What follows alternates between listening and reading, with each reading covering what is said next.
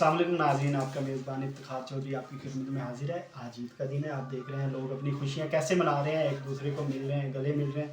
हमारे साथ मुल्तान सदर के एक असिस्टेंट एजुकेशन ऑफिसर मौजूद हैं, जनाब सिजाउर रहमान साहब। इनसे जानते हैं ये अपना ईद का दिन कैसे गुजारते हैं और इनकी शादीशुदा लाइफ की पहली ईद है, और इनसे ये भी जानते हैं कि ये अपनी पहली ईद को किस तरह मना रहे हैं। इनसे जानते हैं। अस्सलाम वालेकुम सर।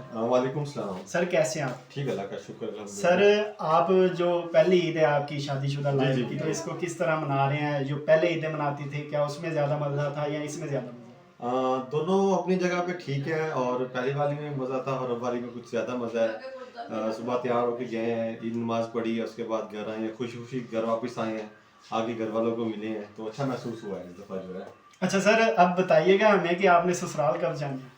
ससुराल भी अभी जाने के लिए वो कह रहे हैं कि मैं लेके चले हैं, लेकिन रोज़े रखने के बाद तो ईद का दूसरे दिन जो है ना, वो है, आपको पता ही है कि ससुराल डे होता है, तो इंशाल्लाह हम भी दूसरे दिन ससुराल जाएंगे।